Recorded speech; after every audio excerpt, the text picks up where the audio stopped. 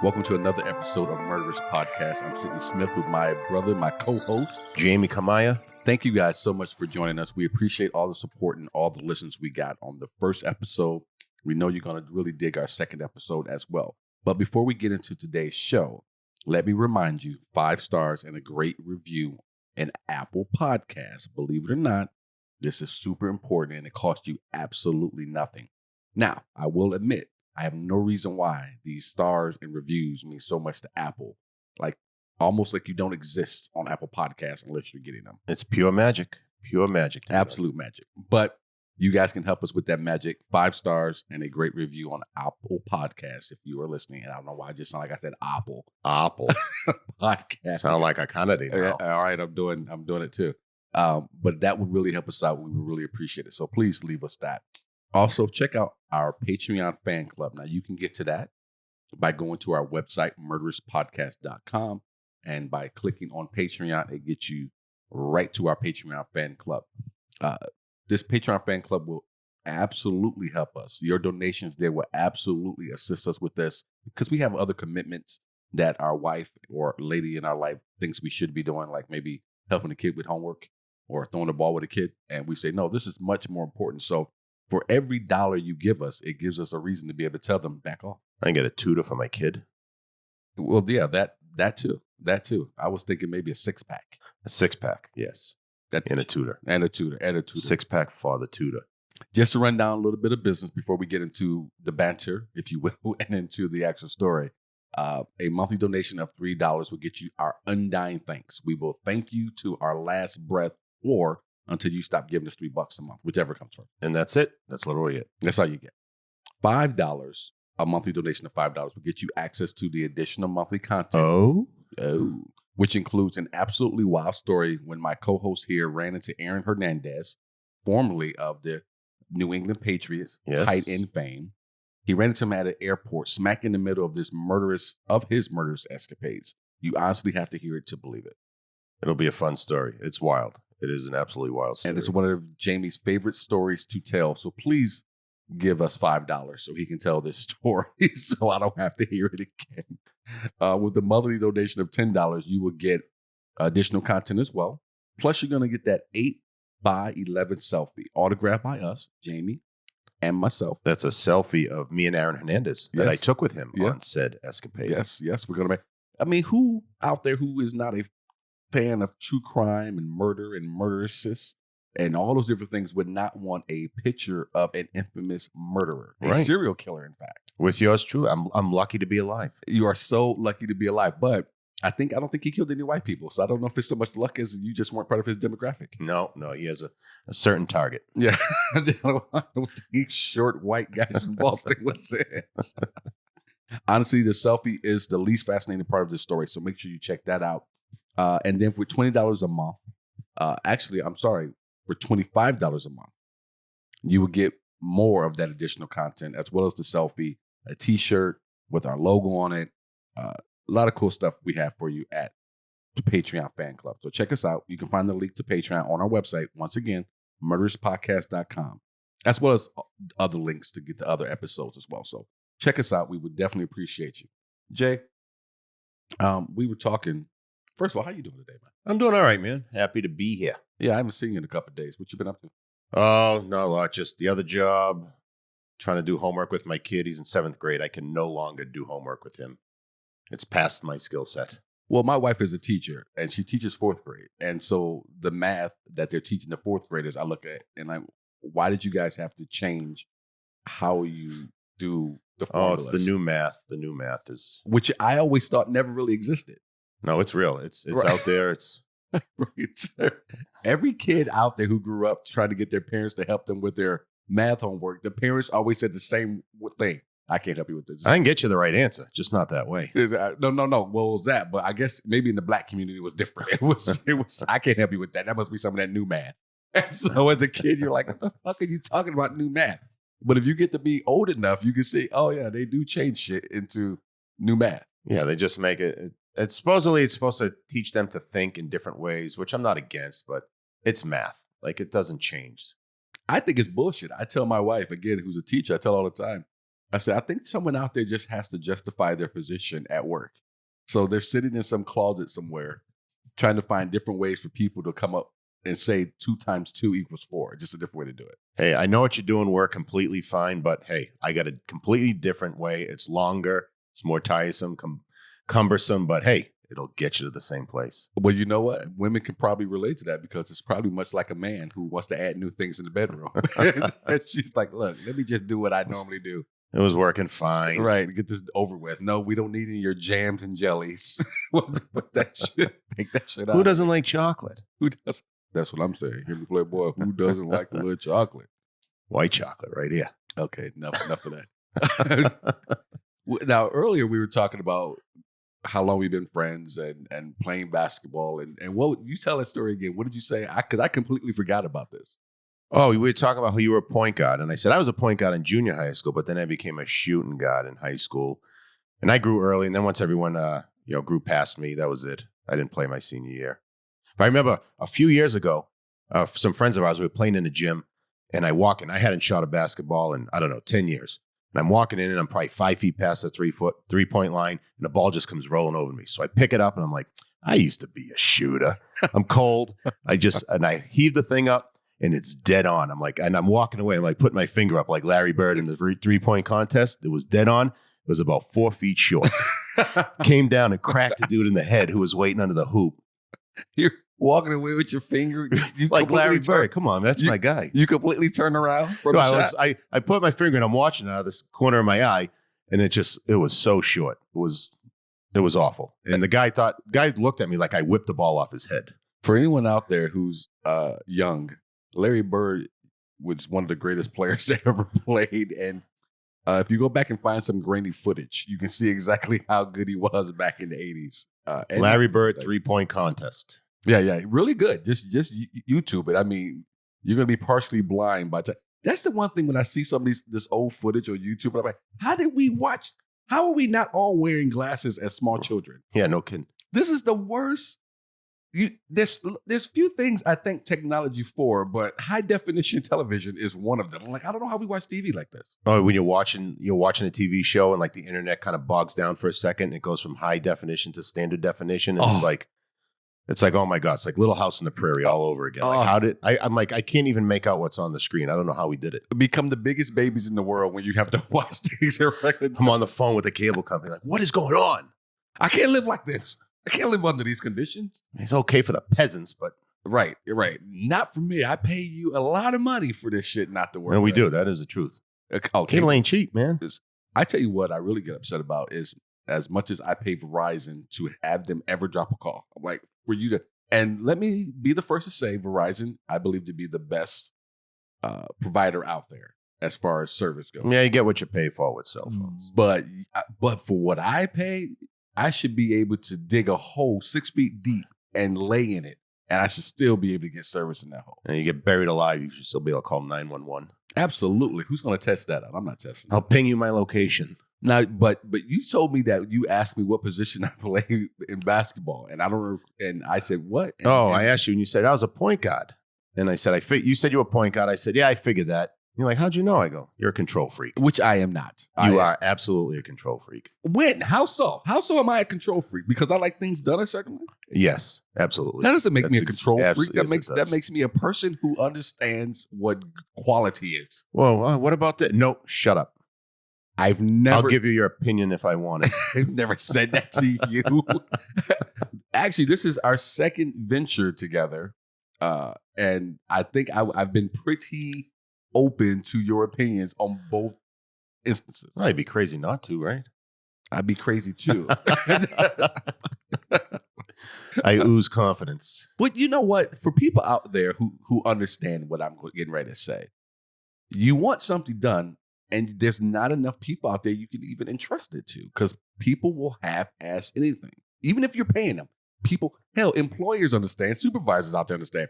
You can be giving someone a check every 2 weeks and people will still half-ass their job. I just treat you like a girlfriend. I choose my battles and say, you know what? That's not worth fighting over. Let's do it. Oh, I can see why I was over here speaking, the hamster running through your head. And this is what you were waiting to say. I've been waiting for 10 years to say this.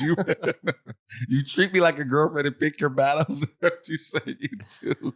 Oh, how do you, man, that's terrible. That's terrible. What you would do.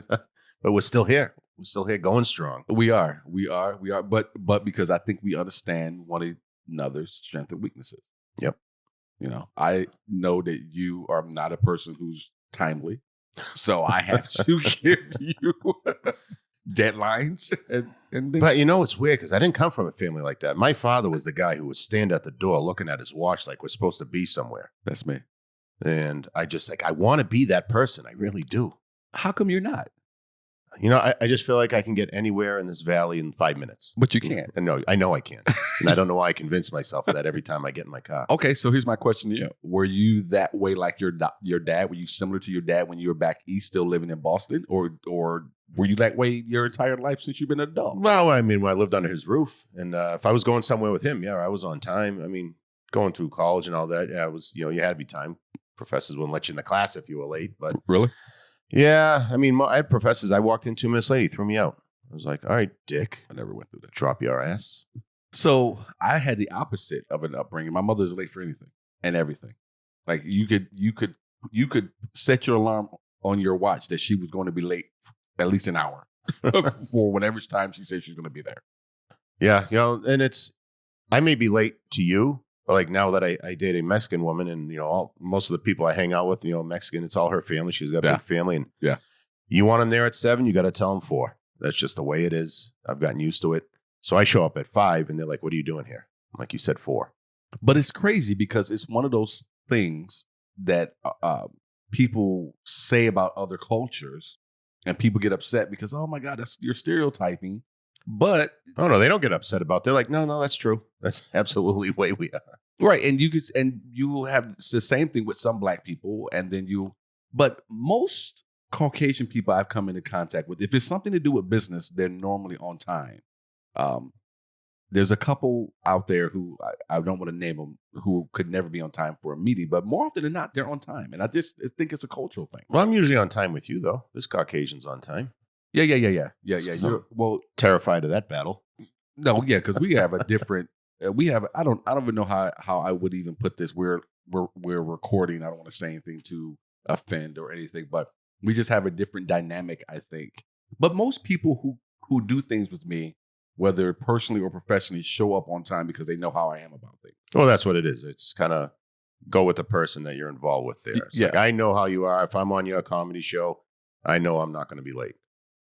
I'm trying to get my girlfriend out the door. I'm like, come on. I'm like tapping my phone because I don't wear a watch. But come on, this is Sidney's show. We can't be late. Or whatever. And I'm not that bad. I mean, normally I want people to a show at least a half an hour early. If they're a couple minutes late, fine. But I've had comics who don't show up at all. No call, no show. And then I get some weird message the next day. I got arrested and then I was driving on a dirty license. And I don't want to hear your bullshit. I don't really know. Take an Uber. Do whatever you got to do, or you could have called, or had someone call, or anything could have happened. But yeah, I have no tolerance for people who are things happen, but that habitually late person, I just can't do it. No, it gets annoying. I know what you mean. Especially, I mean, you have a lot of projects that go on, and your timing is more important to you. I think I work from home, so I can kind of skate by in certain things. That's true because things do have to sync up for me. So yeah, I completely get that. But I'm glad we're doing this project together, and so far so good. We're only 2 episodes in, but so far so good. Well, let's not jinx it. I mean, I don't want to ruin 10 years of friendship over this podcast, but let me tell you something. You dip into my candy bowl one more time, we're gonna have a problem. Well, you're gonna put a candy bowl in front of me. What do you think's gonna happen? I didn't put it there. The wife got a gift from her principal, and for some reason I don't know who, but it came from her principal and from her assistant principal. It's a great mug. So if Zakina, if you're out there listening. It's a great mug. Has a great. We're out of the Reese's, but they put the candy in there, and she comes and she just dumps it on my desk, and I'm like, "Why are you dumping it on my desk?" She says, "Because I don't need it anywhere around me because I'm going to eat it." She's like, "Jamie will be over. He'll eat it." So I'm like, "Well, get a bowl at least." And she goes and she gets a bowl, and so now I have a bowl of candy here. And yes, thank God, Jamie, because it should be damn near over with and out by the time he leaves. It should be. That's the plan. Although you scolded me when I first stuck my hand in it. Well, because you came over here and you COVID coughed. I COVID cough. I don't COVID cough. I just coughed. First thing you did, you walk. Coughing is now illegal. Oh, that would be so great. Dr. Fauci can be the judge and executioner on everyone who coughs. Just handing out tickets. Coughing. Well, you got to go. You can go to the online school and it won't hit your insurance. What would that class look like? They just fill a room with smoke and you can't cough, or they crack you with a stick. You just sitting there holding your breath just right. I remember that in boot camp, they tear gassed you.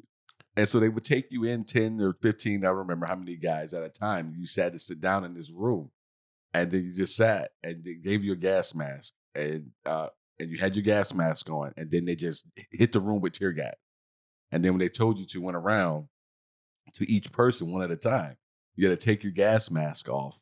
And then you had to say your social security number while trying not to. And so everyone in this room, all of us kids, 17 to 19 years old, we all think we're going to be able to beat this tear gas. So you're in there, you try to hold your breath and say your social. And it kills you. You're running out of the room. And just a bunch of dudes on the other side of this room, some puking up their guts. I can't even imagine that. Oh, stuff, tears pouring out of your eyes. I've been pepper sprayed by a cop, and it wasn't even directly at me. It was like at a few of us. Who would pepper spray a nice... I was like, I don't know. I was in high school, and there was a party. A fight broke out. The cops came in and just started pepper spraying everyone. And he aimed it right at me. He was maybe 6-7 feet away. Yeah. And it got in my eyes, it got in my nose. I'm like, this is it. Tell my mom I love her. It's over. And I'm like, I can't even imagine tear gas. Oh, it's tear gas. Yeah. It is the worst thing. That's why I always say I could not be. There's several reasons I couldn't be a criminal, but one of them, if I was in a hot situation, the minute I hear them say tear gas, that's it. I'm out, fellas. See you on the other side. I'm out of here. Yeah, the service isn't for me. I am the first one going to prison. I'm going to go ahead. Yes, I'm going to tell your mother about everything you did. Yes, I'm sorry. I will hold no secrets on the way out. I'll never see you again because I will be in protective custody in prison. I would have been there just trying to remember everyone's social security number. Like, I got your credit now, motherfucker. Such a Kennedy move. Such a Kennedy. Oh my God. For everyone out there who doesn't know, the Kennedys, while a fine family in some circles, I'm sure, they made all that money illegally. So here you are. Entrepreneurs, man, during the 30s, right? The Kennedy boys, I think it was Joe Kennedy, had them putting out, little nips around their belt under their shirt. Yeah. What's the difference? Can't hate on that. What's the difference between this businessman and this felon? Just a few laws. Just a few laws. Just a few laws. Well, speaking of laws, we got a good story. I really been waiting to do this one because I think this might be one of my early favorites. And when I say early favorites, I mean because we only have two. Yes. And I knew top two. And I knew nothing about this woman. So I found it very intriguing. I was talking to you a little bit while I was doing some research on it. I was like, dude, this woman, she lived a life. And I keep calling this woman, but Katherine Mary Knight is her name. But she lived a life, man, and went through a lot of things. And the way it just ended for her, we'll talk about it, but I could kind of see it coming, I felt like, while I was doing the research. But the life of Katherine Mary Knight begins October 24th, 1955. And like us all, you don't know where life will take you. So I'm sure she had no idea of the path she would be on. I mean, I never knew I would be doing a podcast with my good buddy here. So she had no idea she would be where she was at. Her family history had a pretty rough start in the town of Aberdeen in New South Wales. Her mother, Barbara Ruffin, was forced to get on the move after the world discovered she's having an affair with her husband, Jack Ruffin's co-worker, that'll do Ken Knight. See, already you can see the difference of the last names here. But yeah, she's having an affair with her husband. Look, man, I'll accept a lot of things, but having an affair with my coworker is not one of them. And neither would this town. So the crazy thing here is that both the Ruffin and the Knight families were well known in their hometown. And this town was super conservative. So I'm sure any sex outside of the marriage, everybody was like, what the fuck are you doing? I mean, where's this from? Wales? Yeah. They're going to Wales, Australia. Yeah. Australia. Yeah. Ah, gotcha. But these two decided to kick it up a notch when one married a spouse to fuck the other's coworker. So that just take it up another notch. Not only are you stepping out on your spouse in a very conservative town, you're doing it with your spouse's coworker. I'd be bitter too. I'd just be in a meeting with that guy going through the minutes that I took. Got the contracts out of the way. Oh, and John, you could stop fucking my wife. That'd be great. Well, I'd be super petty. I'd be glad you said the minutes. I'd go back through all the minutes of every meeting to see where he lied, where did he screw up, and bring them all back up at the next meeting. That was what's on the record in the meeting in the minutes. Would you stand up and do it? Oh, I'd stand up and just be like, as we discussed, there'll be no more fucking other spouses, will there? And those contracts, I do. He stands up and says, I didn't see that in the fucking handbook anywhere. So oddly enough, the two older kids stayed with the father. So again, I can kind of get that. While the two youngest were sent to live with their aunt in Sydney. Now, I get the older kids staying with the dad, like I said. I don't think I'd want to go with my cheating, embarrassing mother either. But why did the younger kids move to Sydney with the aunt? It's a good question. Australia's a nice place, isn't it? I got nothing else. It is, but I didn't understand why she didn't have her kids. But I digress. Katherine Knight was the younger of the twins born to Barbara and her lover. And turned de facto partner Ken on October 24th, 1955 in Tenterfield, New South Wales. 4 short years later, her ex-husband, Jack Ruffin, dies, and the two older kids move in with their mother. Just a little known fact, I found this to be kind of interesting. Barbara's grandmother was apparently an indigenous Australian from Moree area who had married an Irishman. An Irishman, see? We make our way. We get out there. She was proud of this fact and liked to think of her own family as Aboriginal. Aboriginal? Yes. What was it, one grandparent? That makes you like 1/8. This was kept the family secret. That's not even enough to use the racial slang, is it? Oh, why you got to go to the racial slang? I'm just curious because I can't use it, so I am always fascinated by other people who can. Why? I don't know. It's you want what you can't have. You want what you can't. That doesn't sound right at all, especially in the office of the black guy. Excuse me, folks. I'm gonna lock this door here. Click, click. Don't be a witness. All right. So it's the silliest shit you've ever. You want what you can't have. Now, even though she had several siblings, Katherine was only close to her twin, which I think is to be expected. I have a couple of sets of twins in my family, and obviously they are super really. I don't close. have any. Really? Yeah, I wish I did. I think only people with large penises can create twins. Oh yeah, that wouldn't be me. Yeah. So maybe not people of your ilk. What about adequate? What'll adequate get you? An ugly kid. Oh, the kid's all right. No, Jack's a good-looking kid. I would not call you adequate. But if you say you're adequate, you can only expect ugly. So what would you call me then? You're talking like you know. I don't like what's going on in this podcast. Didn't know it was going to be that kind of show. I was trying to be nice.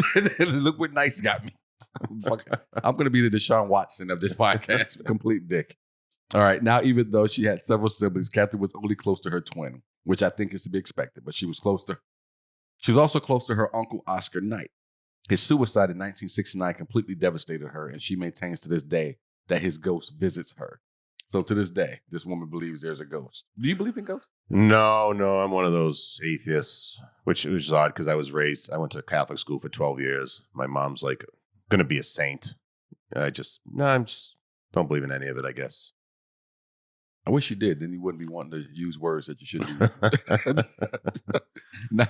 Now, here's one of those things that make me question: is it nature or nurture? Because in her early years of Katherine's life, her father Ken was an alcoholic who openly used violence and feared to rape her mother up to 10 times. Oh my God! And like any good mother would, Barbara often told her daughters all of the sordid details of her sex life. So you're a young girl, and your mother is comparing notes with your kid. Oh, yeah, she's telling the girls all of this. Her mother Barbara's telling all of this, including how much she hated sex and men. Later in life, Katherine complained to her mother that one of her partners wanted her to take part in a sex act. She couldn't. I can't speak. Excuse me, folks. Katherine complained to her mother that one of her partners wanted her to take part in a sex act she didn't want to perform. Barbara told her to put up with it and stop complaining. I like Barbara. Come on. You cannot like Barbara. And I know you don't like Barbara. But this has got to have some type of effect on you at that age that maybe you carry with you for the Of rest of your course. life. I mean, we've already got 2 strikes here, and we're only a few minutes into this story. I mean, the whole abuse thing, and now this. Right. So there's a little pushback on Knight's claims that she was sexually abused by several members of her family. So she has always claimed this, and some members said, get the fuck out of here with that. It is said that it continued until she was about 11 years old. This claim is backed up by some other family members, though. So it's kind of like no one knows who's telling the truth here, at least within the family. Right. Yeah. And it's trying to get to the bottom of something like that can get ugly. So somehow through all of that, Katherine, by all accounts, was the pleasant girl who, wait for it, experienced uncontrollable murderous rages when responding to You minor don't situations. But wait a minute, who's all who's all that's accounting for her being a pleasant girl? But from time to time, she experienced an uncontrollable murderous rage when responding to minor situations. When she wasn't threatening to kill me, she was really nice. She was great. She was remembered by high school classmates as a bully who towered over smaller children. It seems like her anger went beyond just students, though. She was once injured by a teacher who felt they needed to act in self-defense. On the other end of this weird spectrum, when not pissed off, Katherine was a model student and often earned awards for her good behavior. Yeah, that's odd. Because if you're fighting teachers, you're not typically getting awards. Well, isn't that in your permanent record? I don't think so. You take a swing at it. It could be on your school record. Might be on your transcript. Do you remember that when you were a kid? One of your fearful things was like, oh my God, I don't want this to be on my permanent record. The permanent record. The debt. You didn't want that. But it is weird that she could be injuring teachers, or a teacher felt like he had to defend himself or herself. And then she's getting awards for her good behavior. This is like 2 different people. Maybe like, if we give her an award, she'll chill out. She won't swing at me. Katherine left school at 15 years old and could not read or write. So she learned she learned nothing. But she gained employment as a cutter in a clothing factory. And 1 short year later, she started her dream job, quote unquote, cutting up offal. Now, if you're like me, when I was researching this, I was like, what the hell is offal? So Offal. I found a definition for offal. Offal, also called variety meats, any of various non-muscular parts of the carcasses of beef and veal, mutton and lamb, and pork, which are either consumed directly as food or used in the production of other foods. So she's chopping up animals. She's chopping up animals at the local slaughterhouse. When I read this, I said, oh, that sounds like probably what they use for hot dog. Oh, yeah. Was offal the word? Keep chopping until we can get in this little tube. And I have to believe it was her dream job because she was quickly promoted to boning and given her own set of butcher knives. Oh. Yeah, not that kind of boning. I got you. All right. She was quickly promoted to boning and given her own set of butcher knives. You're going to love this. Which she hung over her bed so that they would always be handy if I needed them. Uh-huh. So let me go back and say this again for you folks out there who may be driving in your car. Which she hung over her bed so that they, quote unquote, would always be handy if I needed them. A strange habit to begin, but even stranger when you hear that she did this wherever she lived until she was incarcerated. Wow. That's see, now those are, I would see this one and be like, you know what? I'm not having any battles with you. You win. Now, I don't want to give anything away, but this woman does eventually have her own family and has lovers. And so we're going to get into all that. But that is the one thing I thought about too, Jay, is who the hell? No, what? What's this? What? Why is there a cleaver over the bed? Ask your mother. What, Mom? Mom, what? I'm out of here, dude. I'm not sleeping with this woman. How do you? But you know what? We are people with penises. So I think we talked about this last At some week. point, we stopped thinking. Yes, completely. Logically. Yeah, there's some knives over there. But, this could be risky, but this could be freaky too. Yeah. Yeah. Okay. All right. I take back what I said previously. So she slept, knives or hung over bed. In 1973, 3 years after leaving high school, Katherine first met her hard-drinking coworker, David Stanford Kellett, and completely dominated him. If Kellett got into a fight at the hotel, Knight would step in and back him up with her fist. Right on. In Aberdeen, she was renowned for offering armed combat to anyone who upset her. Damn. Yeah. She's a beast, man. I dig this lady. You're into this? Yeah. I mean, I'm not a very combative person, so I kind of need someone like that on my side. This is true. Knight married Kellett in 1974 at her request, with the couple arriving at the service on her motorcycle with a very intoxicated Kellett on the pillion. As soon The as husband was in the little sidecar? yeah, no, on the back. On the back. Pillion. Pillion is that cushion. That's the name for that cushion. Oh. For this, See what I know. As some people here in America would call the bitch seat. Aha. That's where he was. As soon as they arrived, Knight's mother, Barbara, now let's remember Barbara. Barbara's the one who hates men, hates sex, was telling Katherine and her sisters all about her sex life with the husband who was raping her up to 10 times a day. So, as soon as they arrived, Knight's mother, Barbara, gave Kellett some advice. Quote, "The old girl said to me, watch out. You better watch this one or she'll fucking kill you. Stir her up the wrong way or do the wrong thing and you're fucked. Don't ever think of playing up on her. She'll fucking kill you." And that's her mother talking. Bob pulls no punches. I'm just going to call her Bob. She told Like me, we're friends. yeah, Bob. She told me she's got something loose. She's got a screw loose somewhere, close quote. This is your future mother-in-law telling you, warning you. Now, sidebar. I can kind of speak to this because I dated a woman several years back. And her mother used to say all kind of sideways shit about her whenever she was not in the room. And me, with my relationship in my family, and we're tight in my family to the point where we don't talk shit. And I think I always believe most families were that way. Like, you would be hard pressed to find someone in my immediate family who would tell you anything negative about me, even if they believed it. Yeah, the older you get, the more defensive you get, I think, for your family members. We were just raised that way. So when this ex-girlfriend's mother was telling me these things, I'm like, you're a real bitch, is what I was thinking. Come to find out, she was a real bitch, but she was right about everything she was saying about her daughter. Maybe if she just worded it differently. She'd given me a written letter out of the statement, I'd have been better about it. But to this point, if you're out there listening, if the parents are, God, unless you just had some crazy falling out with the parents, if they're coming to you without being asked and giving you advice, you should probably heed that advice. Or that they just got in a fight. She probably asked her for money and was like, nah. Okay. I don't think this is what this is. Barb asked for 20. She said no. I'll show her. All right. So it goes on and says, and he quickly found out that the old girl, Barbara, wasn't lying. Because on their wedding night, she tried to strangle him because he was only able to fuck her 3 times and then fell asleep. 3 times? That's all he could do? That was that's all he could do. I'd be a dead man. 3 in one night? And that was just his introduction to what the rest of this marriage would look like. A super duper pregnant Knight burned all of Kellett's clothing and shoes before cracking his ass in the head with a frying pan. Huh. It's really not funny. I don't know why I'm laughing. I don't know why either. I didn't know where that was going. You're a terrible person. Why did she hit him, you might ask? Because he arrived home late after throwing darts and making the finals in his league. Oh.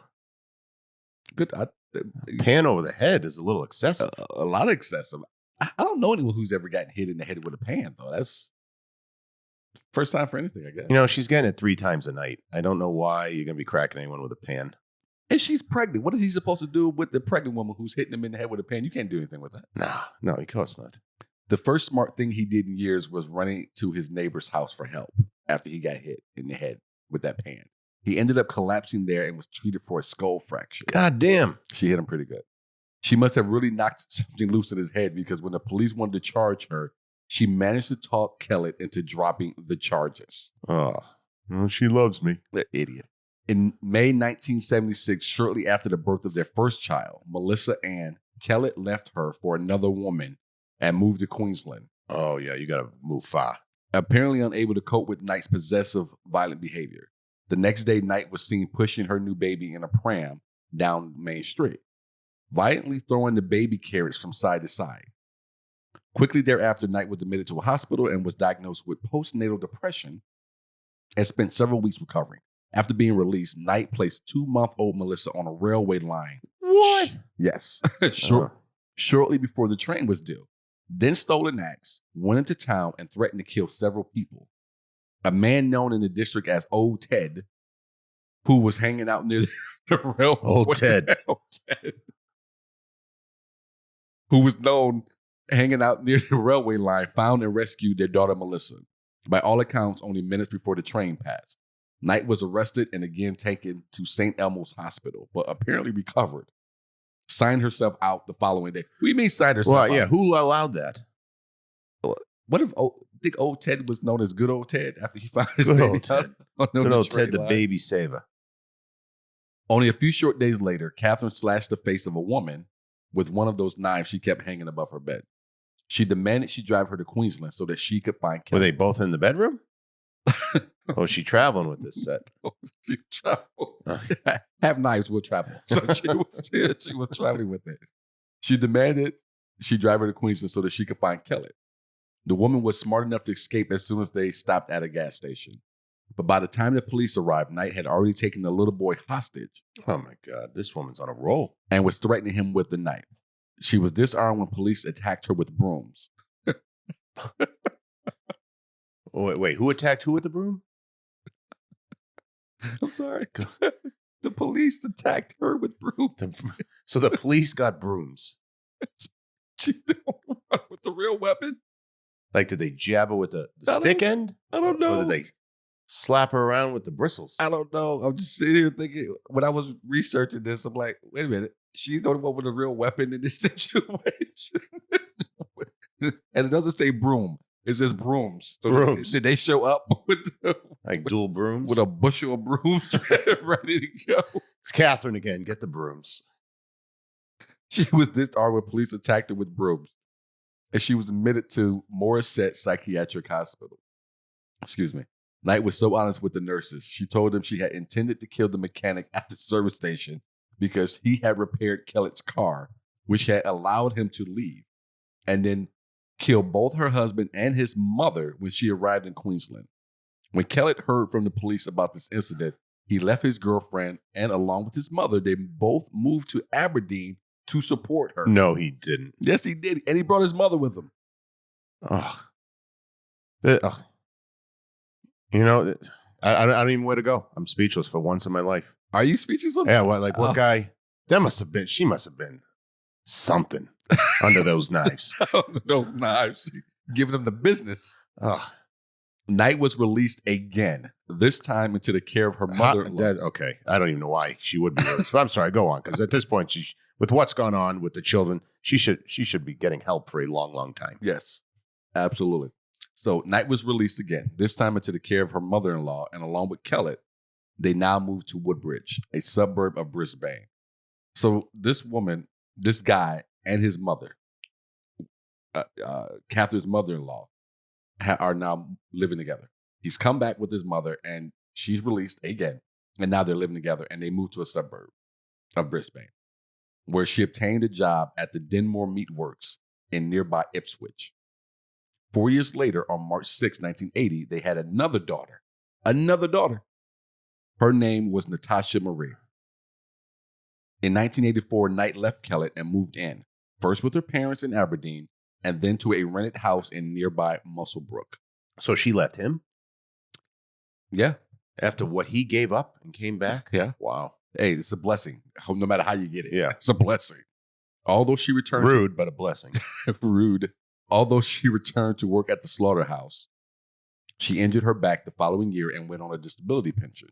No longer needing to rent accommodation close to her work, the government gave her a housing commission house in Aberdeen. She's on the dole, as they say over in Australia. Is that what they say over there? You're on the dole. If you're on the government assistance, you're on the dole. Is that a real thing? Yeah, and if you take advantage, you're a dole bludger. How do you know this? I just look up odd things. The odd shit that you just... I heard dole. Someone referenced dole before. I think it was my old roommate who was from Ireland originally, and he said something about the dole. And I said, what is the dole? And he just said it's when you're on government assistance. And if you take advantage of it, you know, if you're on there and you don't need to be, you're a dole bludger. You're one of those weird lifeline people. Like, you like no weird facts. Like you, oh my God, you're Cliff Clavin from Cheers. Yeah. Anyone out there who's a fan knows what I'm talking about. If you're not a fan, I'm from Boston. I'm a fan. Oh my God, get on CBS, get your app, and go check out Cheers, the show, and you will know exactly what I'm talking about. It's crazy how the part of Cliff Clavin just grew over the life of that show. He was like just an extra almost at one point. And then they took him from that end of the bar and moved him down and set him right next to Norm. And it became a whole fucking thing. Yeah, they were like a freaking frack of that show. And they were great. Right, but it wasn't. There's so many great characters on that show. That show, I love writing scripts and whatnot. And one of the things I do love research. And so I research everything before I do it. And there's so many screenwriters out there, television writers, who believe Cheers is the perfect show. The pilot is the perfect script. The way it was written front to back. And it is such a great show. I've watched that series since, technology allows you to do anything. I've probably watched that front to back, that entire series 4 or 5 times. Wow. But I can't blame you. Great show. Frasier as well. I've done the same. Frasier is another great one. But I'm sorry, folks. I digress. Modern Family, if we're talking about sitcoms, that's always my Modern favorite. Family is really good too. That's as good a writing as I've seen in a long time. Really good. And I heard a story. Excuse me. I know I told you we were going to get back to this. I'm sorry, folks. We'll get back to it. But there is a story that I heard about the 2 showrunners of that show. And one of them is Christopher Lloyd. I can't think of who his partner is. But they don't get along to the point where only one can be the showrunner per season. Oh, wow. That's serious. The other one's not allowed to be on the set. So they've created this magnificent show together, but they can't showrun it together. That's too bad. I think that it ended, didn't it? I thought it was still going. Oh, maybe. I thought it ended, but maybe not. You might be right. But yeah, so Christopher Lloyd will be the showrunner and run the show for one season, and then he goes away. And I can't think of who's. So they're probably contributing each other in the background, even when they're not running it. Possibly. Yeah. Possibly. But back to our story here. So 2 short years after going at life alone, Knight met 38-year-old minor David Saunders in 1986. A few months later, he moved in with her and her 2 daughters. She's got to have these knives above the bed. What are you doing? A few months later, he moved in with her and her 2 daughters, although he kept his old apartment in Scone. Smart move. Just in case. Just in case. I've done that before back in my younger years. Knight soon became jealous regarding what he did when she was not around and would often throw him out. He would move back to his apartment in Scone, and then she would invariably follow and beg him to return. Yeah, it's not really a big threat to throw someone out when they have a home to go to. Really? You want me to leave? No problem. I'm already gone. I know where I'll sleep tonight. A year later, she wanted to set an example of what would happen if he cheated on her. So she cut the throat of his 2-month-old dingo pup in front of him. She then knocked him unconscious with a frying pan. You've got to hang that next to the bed too, with the knives. But love, why is there a frying pan hanging above your bed? It doesn't sit flat on the stove. It's dented. So yes, a year later, I got to say this again. A year later, she wanted to set an example. She cut the throat of his 2-month-old dingo pup. A dingo. In June 1988, she gave birth to her 3rd daughter, Sarah, which prompted Saunders to put a deposit on a house.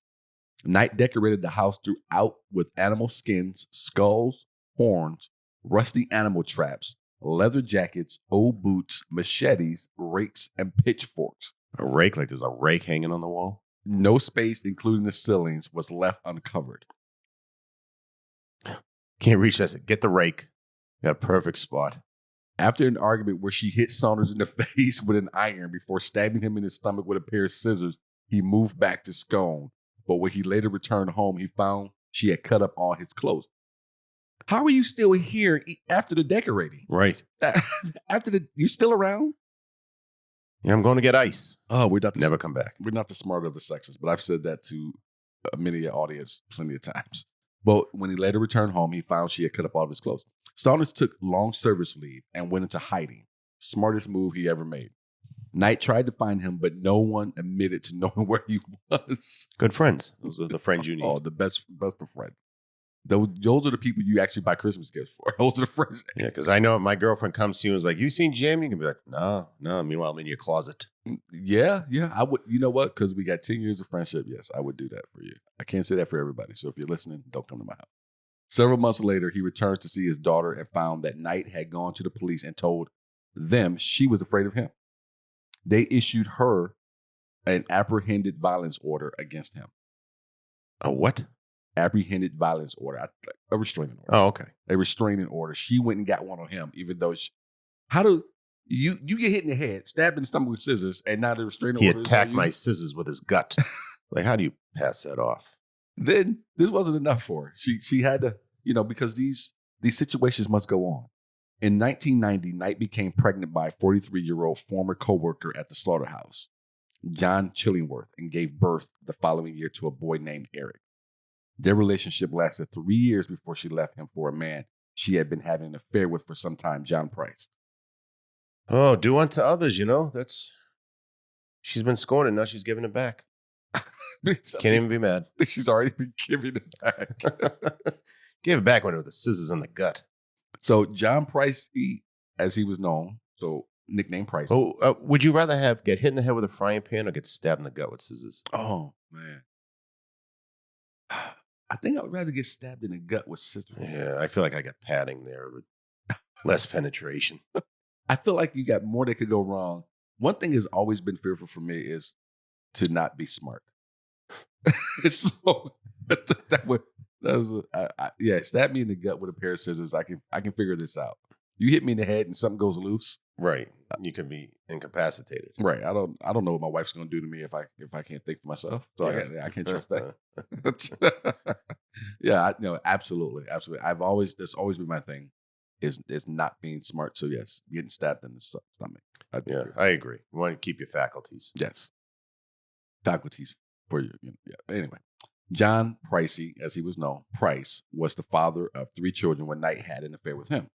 So this is the guy that she cheated on, old John Chillingworth, that she'd been with for a few years. Old John Chillingworth. And they had a son together, Eric, just to recap really quickly. And that happened over that 3-year time frame. But she was 43 years old when she got. Oh, I'm sorry. He was 43 when he got her pregnant. And you think he'd be old enough to know better?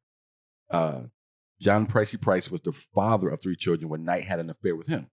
Reputedly a terrific bloke, as people thought he was. He was a guy that everybody liked. His own marriage had ended in 1988. While his 2-year-old daughter had remained with his former wife, the 2 older children lived with him. Price was well aware of Knight's father. First of all, let me stop right there. That is kind of unheard of here in America, where a couple gets divorced and some kids go with the father and some go. Normally, all the kids here, I don't know. Especially when they're younger, they all go one side or they all go back and forth.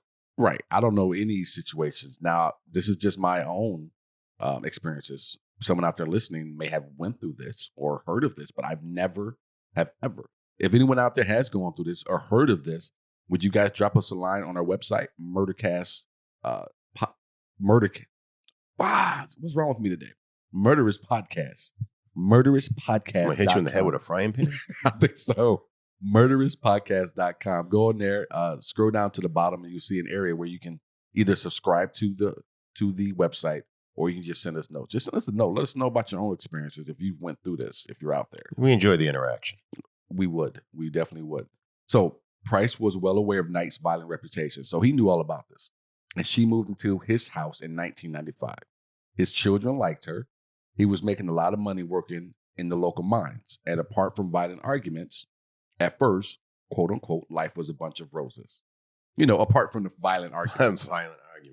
There's no such. I don't know how people even gauge these things when you say things like that. But in 1998, they had a fight over Price's refusal to marry her. And in retaliation, Knight videotaped items he had stolen from work and sent the tape to his boss.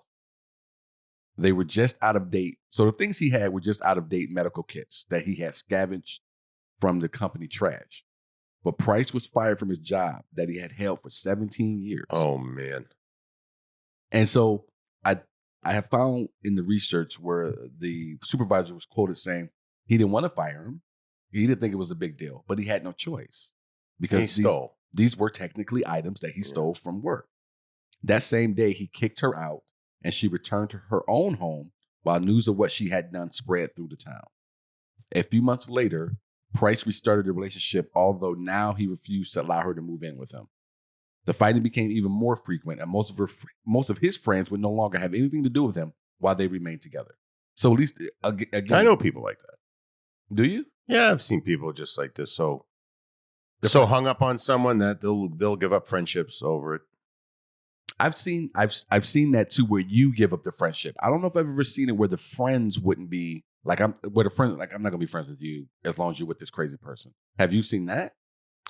Yeah, like absolutely. It was the opposite. The guy was crazy, and they told the girl, the woman, I should say, to, you need to get away from this guy. It's not safe. Right. And she didn't. I mean, they're not together anymore. And fortunately, she was able to eventually walk away with it, but Good. long after she probably should have. Right. Okay, so in February 2000, so if you're looking back, fight, refusal to get married, retaliation, videotape, so on and so forth. A few months later, so still looking probably in '98, they get back together. So about 2 years later, roughly, in February 2000, a series of assaults on Price culminated with Knight stabbing Price in the chest. Finally fed up, he kicked her. He kicked her out of his house. On February 29th, he stopped at the Scone Magistrate's Court on his way to work and took out a restraining order to keep her away from both him and his children. February 29th, is that restraining order good for 4 years? What's that now? February 29th, it's an odd date. It is an odd date. That afternoon, Price told his coworkers that if he did not come to work the next day, it would be because Knight had killed him. That is a scary, it's got to be a scary feeling to have. Yeah, you don't go over there alone. You got to be that kind of fear has got to be in you for you to tell coworkers and friends, if I'm not here tomorrow, something happened to me. My first question would be like, so why are you going back there? Well, he's going home. That's his home, but he's afraid she'll be there? Whatever he was afraid of. Because he's going to his own house. He's not going to her house. And so, rightly so, his coworkers / friends pleaded with him not to go home, but he told them that he believed she would kill his children if he did not. Oh, okay. I get you now. So Price arrived home to find that Knight, although not there herself, has sent the children away for a sleepover at a friend's house. He then hung out with his neighbors before going to bed at 11 p.m. What he didn't know, and nobody else knew either, was that earlier that night, Knight had bought a new black lingerie and had videotaped all her children while making comments, which had since been interpreted as some type of crude will. Knight later that evening arrived at Price's house while he was sleeping and sat watching TV for a few minutes before taking a shower. She then woke Price and they had sex, after which he fell asleep. Uh-oh. So thinking things are good, I guess, at that point. I don't know what he's thinking. You just left work. This is still all the same day and a half. You just came home from work telling your friends, yo, if you don't see me tomorrow, this crazy woman killed me. Now she's in your house. We're not bright. We're just not bright. You didn't even let her in. Does she still have a key? How did she get in? And now you're fucking her? And you fell back to sleep. So can't even feel bad for the guy. We don't want to say that, do we? Do we get into that? Oh, fine. A little bit bad. She then woke Price and they had sex, after which he fell asleep. At 6 a.m. the next morning, the neighbor became concerned that Price's car was still in the driveway. And when Price did not arrive at work, his employer sent the worker to see what was wrong. Both the neighbor and the worker tried knocking on Price's bedroom window to wake him, but after noticing blood on the front door, alerted police, who had arrived at 8 a.m. Okay, now I feel bad. The police broke down the back door and found his body, along with Knight comatose from taking a large number of pills. She had stabbed Price with the butcher's knife while he was sleeping. According to the blood evidence, and in my opinion, this was a bloodbath. This is not my opinion. He awoke and tried to turn the light on before attempting to escape while Knight chased him through the house. He managed to open the front door and get outside, but either stumbled back inside or was dragged back into the hallway, where he finally died after bleeding out. Later, Knight went into the Aberdeen and withdrew $1,000 from Price's ATM account. Price's autopsy revealed that he had been stabbed at least 37 times in both the front 37 and back of his body, with many of the wounds extending into vital organs. So these are the words from one of the detectives that was on scene, a detective Musio. He's quoted as saying, "I remember walking down the hallway, and at about shoulder height, there were all these blood splatter marks on the walls. To me, it was indicative of each attack. He's absolutely fighting for his life. The blokes just had a bonk sexual intercourse. in the bed when he wakes up. Wait, they had a what? What do they call it? He called it bunk. They had a bunk? Bunk, which is sexual. I'll be using that. That you didn't know. So the blokes just had a bunk, sexual intercourse. God, I love the Australian lingo. In the bed when he wakes up, and then stab. He's getting up. There's arterial spurting on the robe and the bed, and on the doorway. There's a bloody handprint on a swipe on the western side of the door near the dressing table, and blood around the light switch. It looks like he's tried to turn the light switch on. And then all down the hallway, there are bloody handprints everywhere. And he's almost made it. He's opened the front door. The screen door is shut. And there is blood staining, trajectory all over the place. Flicking out across the front door, he's almost made it. But he wouldn't have survived anyway. He would have been absolutely horrified, terrified, probably terrified more than horrified, trying to get out and all the time being stabbed, close quote. Oh, that's an awful way to go.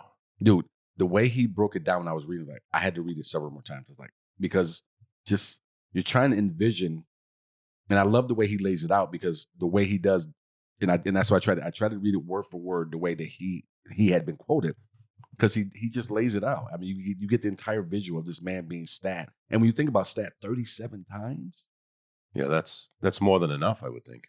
Well, what I'm saying is 37 times between your bedroom to getting trying to get out that front door.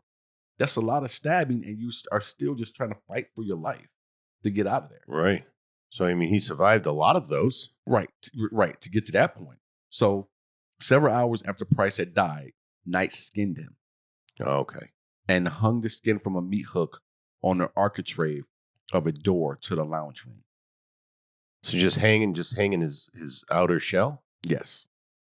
So like a suit? So let me say this again, people. Several hours after Price had died, Katherine Knight skinned him and hung the skin from a meat hook.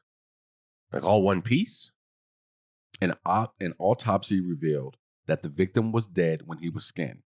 A razor-sharp knife had been inserted under his collarbone and sliced horizontally across the top of the body, from shoulder to shoulder, right under the clavicle. It was straight, clean cut, anatomically precise. Then the knife was turned and cut down the chest and over the stomach to the pubic hairline and made into a T with another straight line. Tracing the knife tip around his pubic area and careful not to cut his penis and genitals, the killer cut down the front of Price's thighs, over the knees and to his feet. The killer moved up the body, held his arms up, and cut down the back of each one and across the top of the victim's head.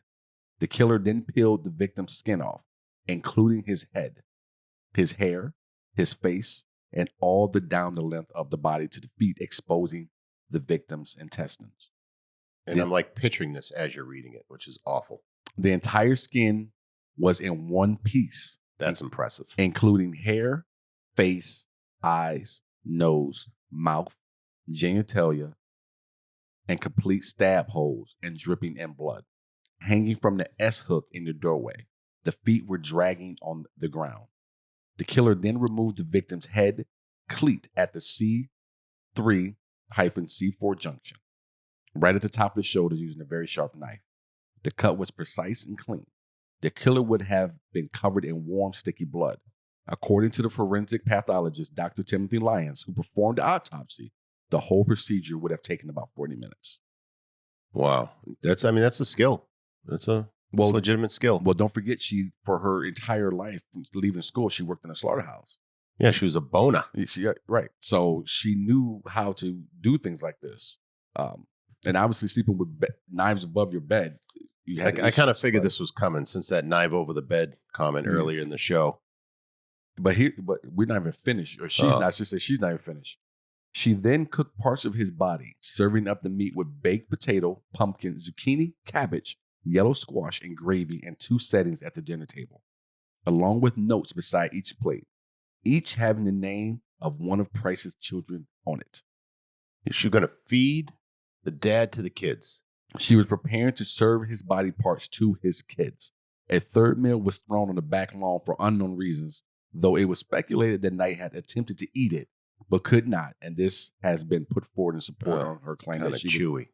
Put support of her claim that she has no memory of the crime. But yeah, she was going to. I'm speechless again. I'm just a vision of this in my head. It's wild. It's wild. Price's head. So Price's head was found in a pot with vegetables. The pot was still warm, estimated to be between 104 and 122 degrees Fahrenheit, indicating that the cooking had taken place in the early morning. Sometime later, Knight arranged the body with the left arm draped over an empty 1.25-liter soft drink bottle with the legs crossed. So she posed the skinless body? It sounds like to arrange the body with the arm, draped over an empty, I don't know why, soft drink bottle with his legs crossed. Imagine being first on that scene. This was claimed in court to be an act of defilement, demonstrating Knight's contempt for Price. Knight had left a handwritten note on top of a photograph of Price. Blood-stained and covered with small pieces of flesh, the note read, "Time to get you back, Jonathan, for raping my daughter.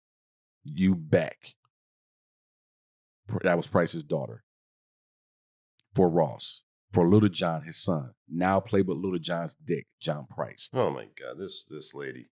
So she's wrote some note accusing him of being a pedophile. That's probably slang. I was going to say, that's slang for something. Yeah, of him being a pedophile. The accusations in the note were never found to be have any grounds for. Right. Despite intensive questioning, Katherine Knight denied having any recollection of what happened that night after she arrived at the house and had sex with her lover. Having recovered from her alleged suicide attempt, a week later on March 6, 2000, Katherine Knight was charged with John Price's murder at a special bedside sitting in the Maitland District Hospital psychiatric wing. So they charged her, anyway, a week later, even though she was in. Yeah. And that's, it never should have got this far with her. I don't think so. I'm with you. I don't know how this even happened. But that's not making excuses for her, but come on. That happened today would be. She went through a whole lot. But I got to just say, with the way that I was reading this when I was trying to do my research on it, it sounds like all these little towns were close together. Yeah. So wouldn't the story get around about this woman? Yeah, it sounded like you mentioned one of them, knew about her past. Yeah. So it's. So when it came to the trial, Knight's initial offer to plead guilty to manslaughter was rejected, and she was arraigned on February 2nd, 2001, on a charge of murdering Price, to which she entered a plea of not guilty. Her trial was initially fixed for July 23rd, 2001, but was adjourned due to her counsel's illness, and it was refixed for October 15th, 2001. When the trial began, Justice Barry O'Keefe offered the 60 jury prospects the option of being excused due to the nature of the photographic evidence.